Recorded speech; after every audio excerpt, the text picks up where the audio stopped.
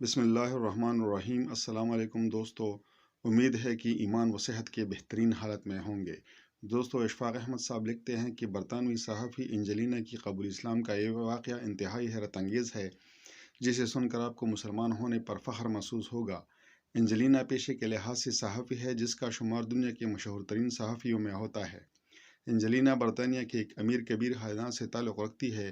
دولت، عزت، شہرت، سب کچھ اس کے قدموں میں تھا۔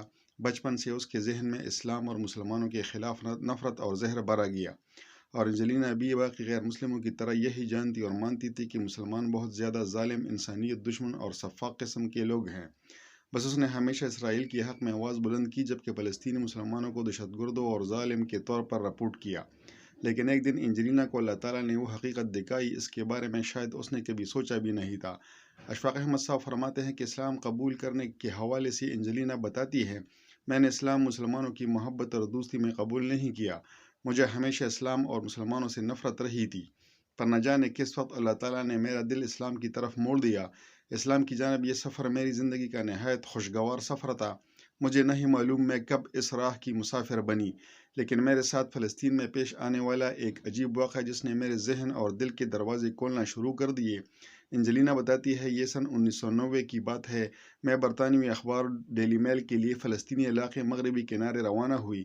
فلسطین جانے سے پہلے میرے دوستوں نے مجھے سختی سے منع کیا، وہاں کے مسلمان انتہائی ظالم اور تمہارا ریپ کر دیں گے، پھر تمہارے جسم کے ٹکڑے ٹکڑے کر کے پانی میں بہا دیں گے۔ وہاں کا بچہ بچہ دہشت گرد ہے، جبکہ بموں اور گولیاں کھلونوں کی طرح جیب میں لے کر گھومتے ہیں۔ یہی وہ نفرت اور جھوٹ ہے جو مغربی میڈیا نے لوگوں کے دلوں میں بھرے ہیں، اور میں بھی ان لوگوں میں سے ایک تھی جس کے دل میں مسلمانوں کے لیے رحم کی کوئی جگہ نہیں تھی۔ چونکہ میں ایک رپورٹر تھی اور یہ میرے کیریئر کا سوال تھا، اس لیے ان تمام خطرات کے باوجود میں نے فلسطین جانے کا فیصلہ کر لیا۔ اگلے دن میری فلائٹ اور میں فلسطین کے لیے روانہ ہوئی۔ میرے چہرے پر ڈر، خوف اور افسردگی کے اثرات نمایاں تھے۔ میں دل میں سوچتی رہی، شاید یہ میری زندگی کا آخری سفر ہو، لیکن مجھے کیا معلوم تھا یہ سفر میری زندگی کو خوشیوں سے بھر دے گا۔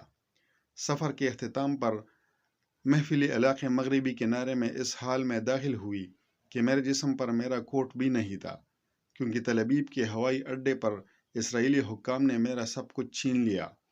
اسرائیلی فورسز نے میرے سارے کپڑے اتار کر میری تلاشی لی اور جان بوجھ کر تقریباً آدھے گھنٹے تک مجھے ننگا کر کے ایک چھوٹے سے کمرے میں بٹھایا۔ جبکہ حیرانگی کی بات یہ ہے کہ ان کو معلوم بھی تھا کہ میں ایک برطانوی اعلیٰ درجے کی صحافی ہوں، جبکہ یہ سارا غیر اخلاقی عمل اسرائیلی حکام جان بوجھ کر میرے ساتھ کرتے رہے۔ میں نے ساری زندگی جن کے حق میں آواز بلند کی، ان کا رویہ دیکھ کر مجھے شدید تکلیف ہوئی۔ اس کے بعد میں فلسطین مغربی کنارے میں داخل ہوئی۔ اس علاقے میں شدید سردی تھی، چونکہ میرا سوٹ کیس اور ضروری سامان اسرائیلی حکام نے اپنے قبضے میں لے لیا تھا، اور محرم اللہ کے مرکزی علاقے میں شدید سردی سے ٹٹرتی ہوئی چلی جا رہی تھی۔ اس دوران اچانک ایک فلسطینی خاتون نے میرا ہاتھ تھام لیا اور تیزی سے عربی زبان میں کچھ بڑبڑاتے ہوئے مجھے ایک تنگ گلی کی طرف لے گئی۔ سب سے پہلے میرے ذہن میں جس خدشہ نے جنم لیا وہ یہ تھا کہ میں فلسطینی عورت کے ہاتھوں اغوا ہو چکی ہوں۔ میں نے سوچا، اب میں زندہ نہیں بچ سکتی، پتہ نہیں کتنے لوگ میرا ریپ کر کے اور اس کے بعد میرے جسم کے ٹکڑے کریں گے۔ وہ خاتون مجھے ایک مکان کے اندر لے گئی۔ 2 منٹ تک میں خاموشی سے دیکھتی رہی، اور کامتے جسم سے میں بہت پریشان لگ رہی تھی۔ وہ خاتون الماری میں کچھ تلاش کرتے ہوئے مسلسل میری طرف دیکھتی رہی۔ میں نے سوچا شاید وہ چھری یا کوئی دوسرا آلہ قتل کرنے کے لیے ڈھونڈ رہی ہے، لیکن میری حیرت کی انتہا اس وقت نہ رہی جب اس نے الماری سے حجاب اور ٹوپی نکال کر میری طرف کی اور مجھے اشارے سے کہنے لگی، اسے پہن لو۔ یہ منظر دیکھ کر میں اس قدر حیران ہوئی، اس کو میں الفاظ میں بیان نہیں کر سکتی۔ وہ بوڑھی خاتون انتہائی شفیق اور محبت بھری نظروں سے میری طرف دیکھتی رہی۔ پھر اس کے بعد اس نے مجھے ہاتھ کے اشارے سے کہا، گرما گرم چائے 2 منٹ میں تیار کر کے لائی۔ مجھے سمجھ نہیں آ رہا تھا یہ حقیقت ہے یا خواب۔ کیا یہ وہی ظالم اور سفاک لوگ ہیں، اور میرے خدایا یہ میں کیا دیکھ رہی ہوں؟ چائے پینے کے بعد وہ خاتون مجھے اس گلی میں چھوڑ کر آئی جہاں سے وہ مجھے اپنے گھر لے گئی تھی۔ اس عورت نے مجھے انتہائی گرم جوسی سے بوسہ دیا اور واپس چلی گئی۔ حیرت کی بات یہ ہے، اس سارے عمل کے دوران ہمارے درمیان ایک لفظ کا تبادلہ بھی نہیں ہوا، کیونکہ مجھے عربی اور اس کو انگریزی زبان کی سمجھ نہیں تھی۔ اس واقعے کے بعد میرا دل بھی پگھلنے لگا۔ میں شدید تذبذب کا شکار تھی۔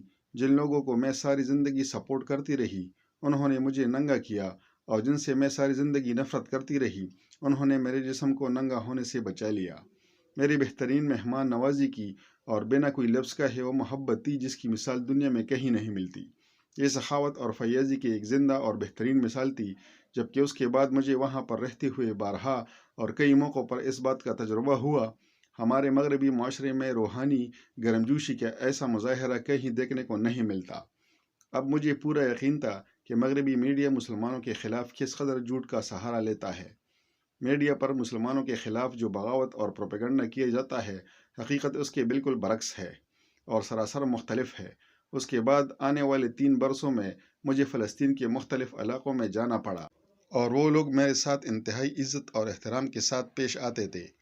اس دوران مجھے محسوس ہونے لگا کہ مسلمان دہشت گرد نہیں بلکہ روئے زمین پر بہترین لوگ ہیں جو عورت کی عزت کے لیے اپنی جان تک قربان کر دیتے ہیں۔ میں نے فلسطین میں تقریباً 3 سال سے زائد عرصہ گزارا، مگر نہ تو کسی نے پیچھے سے نازیبا جملے کہے، نہ ہی کسی نے سیٹی ماری، اور نہ ہی کسی مرد نے گندی نظروں سے میری طرف دیکھا۔ یہ وہی باتیں ہیں جو عام طور پر مغربی معاشرے میں بہت زیادہ عام ہے۔ جب بھی نوجوان لڑکی کو اکیلے دیکھتے ہیں تو موقع ملتے ہی عجیب اور گندی الفاظ منہ سے نکالنا شروع ہو جاتے ہیں، لیکن مسلم معاشرے میں نے ایسا کہیں بھی نہیں دیکھا۔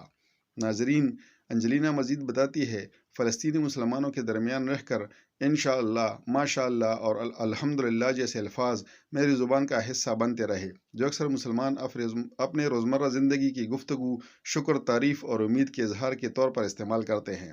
اس سرزمین کے لوگوں کے حوالے سے میرے ذہن میں پیدا کیا گیا ماحول و معاملہ اس سے بالکل مختلف ہے۔ میں اپنے آپ کو مسلمانوں کے درمیان رہ کر اپنے گھر جیسا محسوس کرتی رہی۔ ہاں، البتہ اسرائیلی فوج کے حملوں کا خوف ضرور رہتا، مگر وہاں کے لوگ انتہائی مطمئن نظر آتے اور ہمیشہ کہتے، یہود کے ہاتھوں موت بہترین موت ہے، جس کی تمنا ہر مسلمان کی ہوتی ہے۔ ناظرین، ان تمام تر واقعات کے بعد انجلینا نے اسلام قبول کر کے پوری دنیا کو حیران کر دیا۔ انجلینا مزید بیان کرتی ہے، اسلام سے بہترین کوئی مذہب نہیں، مسلمانوں سے زیادہ محبت کرنے والے کوئی اور لوگ نہیں، جبکہ اللہ تعالیٰ سے زیادہ مہربان اور طاقتور کوئی نہیں۔ یہ اللہ تعالیٰ کے معجزات ہے جس نے ایک نفرت کرنے والی عیسائی خاتون کو اسلام کی طرف مائل کیا، جس نے مغربی دنیا کا جھوٹا پروپیگنڈا دنیا کے سامنے بے نقاب کیا۔ بے شک وہی ہے جو اللہ تعالیٰ کا فیصلہ ہے۔ اشفاق احمد صاحب فرماتے ہیں کہ مسلمان جیسی مخلوق اس کائنات پر دوسری کوئی نہیں، لیکن اگر مسلمانوں میں انسانیت، ہمدردی اور احساس ہو